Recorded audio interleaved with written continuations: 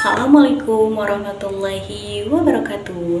Hai, welcome to Learning Journal pertemuan ke-7.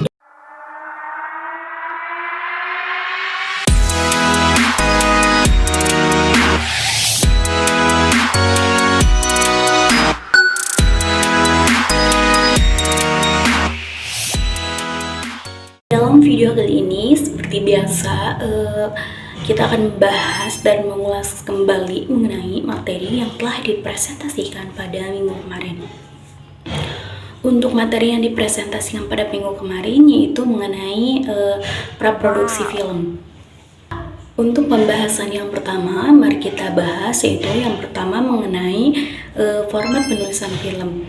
Nah, teman-teman, dalam format penulisan skenario ini atau dalam penyusunan skenario ini bisa saja berbeda tergantung gaya ataupun selera ataupun juga keinginan si penulis skenario itu. Dalam format penulisan skenario ini memiliki hal-hal diantaranya yaitu yang pertama ada judul skin.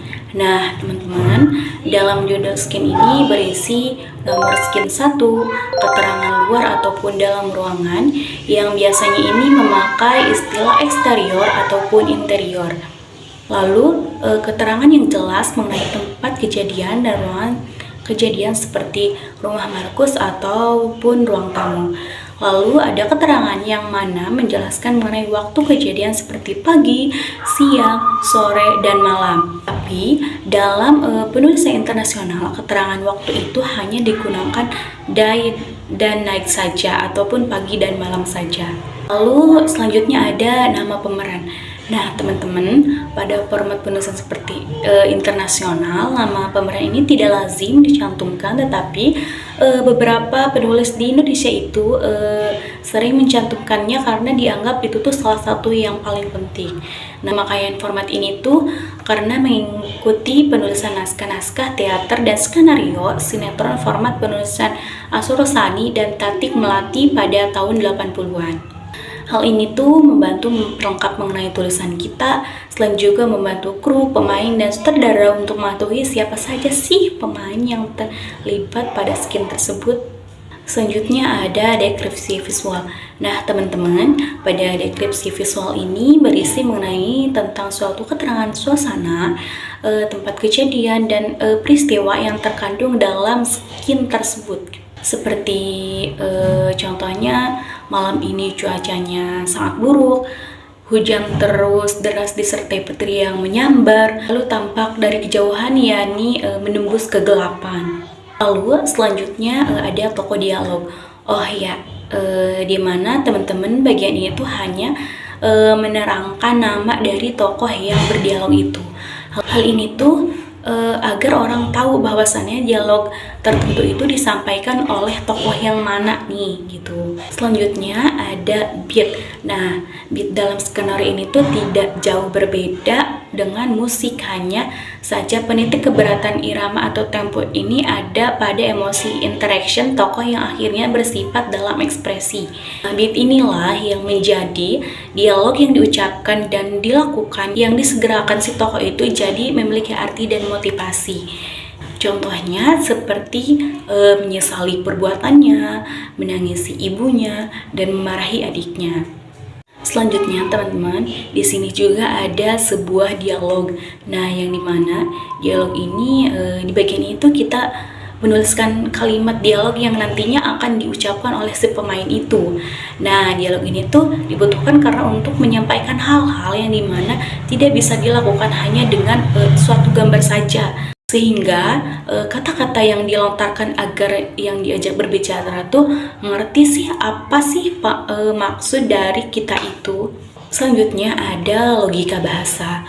Nah, teman-teman, sebaiknya bahasa yang digunakan dalam dialog ataupun dalam sebuah negara itu bukanlah bahasa baku, melainkan bahasa seperti lisan yang dimana bahasanya itu yang sering kali kita gunakan dalam sehari-hari, kecuali pada deskripsi visual.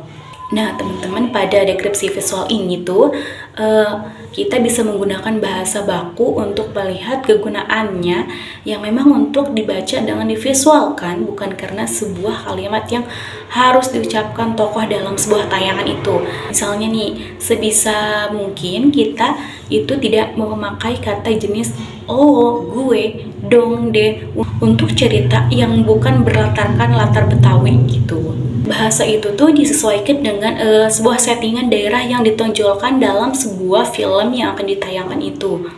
Dalam skenario, beberapa penulis ini selalu memakai kata kamu, saya, ataupun aku, kecuali untuk tokoh yang berasal dari daerah tertentu seperti tadi tuh, seperti daerah Betawi gitu.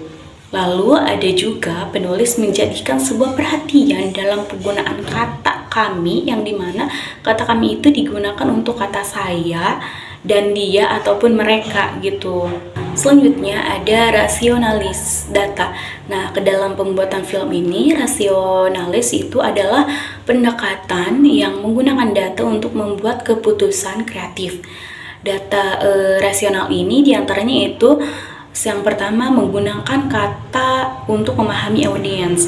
Dapat digunakan untuk memahami audiens film seperti demografi, minat, dan referensi mereka. Lalu yang kedua, menggunakan data untuk menguji ide-ide. Kenapa penggunaan data ini digunakan untuk menguji ide-ide film sebelum diimplementasikan film tersebut.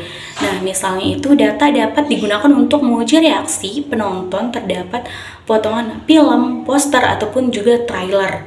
Lalu, yang ketiga, penggunaan data untuk meningkatkan kualitas. Datanya ini dapat digunakan untuk meningkatkan kualitas film seperti aspek teknis, acting, ataupun cerita. Nah, misalnya itu data dapat digunakan untuk menganalisis pola gerakan kamera, emosi aktor, ataupun sebuah plot film. Selanjutnya ada wawancara. Wawancara di sini tuh adalah salah satu langkah penting dalam pembuatan film, terutama jika teman-teman semua nih ingin menggali pemahaman lebih dalam tentang mengenai karakter film, cerita, ataupun topik yang diangkat dalam film tersebut. Yang dimana wawancara ini tuh dilakukan oleh dua pihak, yaitu si pewawancara yang mengajukan sebuah pertanyaan dan pewawancara yang memberikan jawaban atas pertanyaan yang diberikan oleh si pewawancara itu. Selanjutnya ada studi pustaka. Nah, teman-teman, studi pustaka ini merupakan sebuah metode pengumpulan data dengan cara mencari referensi, literatur, ataupun bahan teori yang perlu dari berbagai sumber yang berkaitan dengan pembuatan teknik ini. Yang paling sering digunakan dalam pembuatan film dokumenter, dikarenakan film dokumenter ini tuh memerlukan data-data yang sangat akurat. Lalu studi pustaka ini bisa berupa informasi tentang sejarah, budaya, tempat, periode waktu atau tertentu, ataupun topik lainnya yang akan digambarkan dalam studi pustaka. Nah, penulis naskah dapat memahami karakter dengan lebih baik, termasuk latar belakang mereka, memotivasi, dan pengalaman hidup. Lalu teman-teman, studi pustaka yang ini memberikan panduan yang sangat berguna bagi tim desain produksi. Mungkin itu saja yang dapat saya sampaikan dalam video kali ini. Sampai ketemu di video selanjutnya. Jangan lupa like, comment, and subscribe. Wassalamualaikum warahmatullahi wabarakatuh.